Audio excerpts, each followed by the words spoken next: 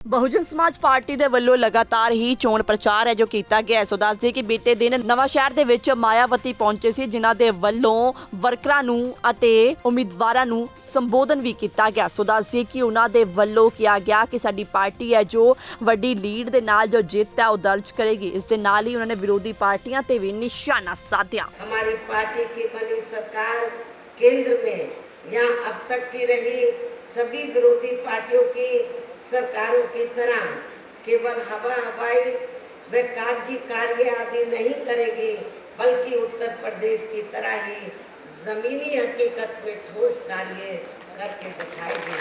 और इस संदर्भ में खासकर मैं ये कहना चाहूँगी, केंद्र द्वारा देश में पिछले कुछ समय से अति गरीब परिवारों को अस्थायी तौर पर फ्री में जो थोड़ी सी खाद्य सामग्री, राशन आदि दिया जा रहा है, तो उससे इनका स्थायी तौर पर भला होने वाला नहीं है।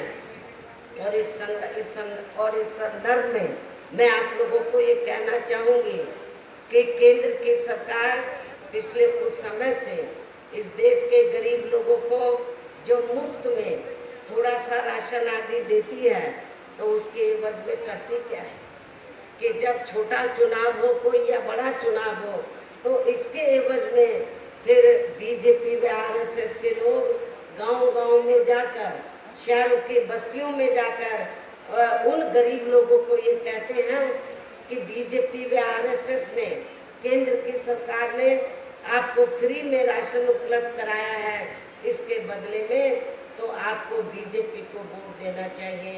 इसमें रत्ती भर भी सच्चाई नहीं है।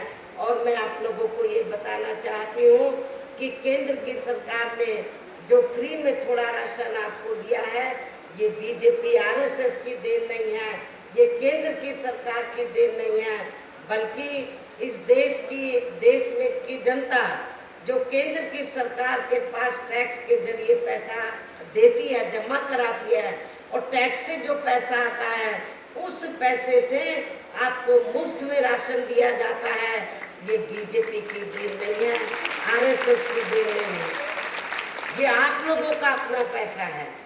आपने बीजेपी आरएसएस का नमक नहीं खा रहे हैं, आप लोग अपना नमक खा रहे हैं। इसलिए इनके बहकावे में आप लोगों को कतई भी नहीं आना है, और आप लोगों को अपना एक वोट अपनी पार्टी बहुजन समाज पार्टी को ही देना है। सिटी होम न्यूज़ ਲਈ ਜਸਵਿੰਦਰ ਦੀ ਰਿਪੋर्ट।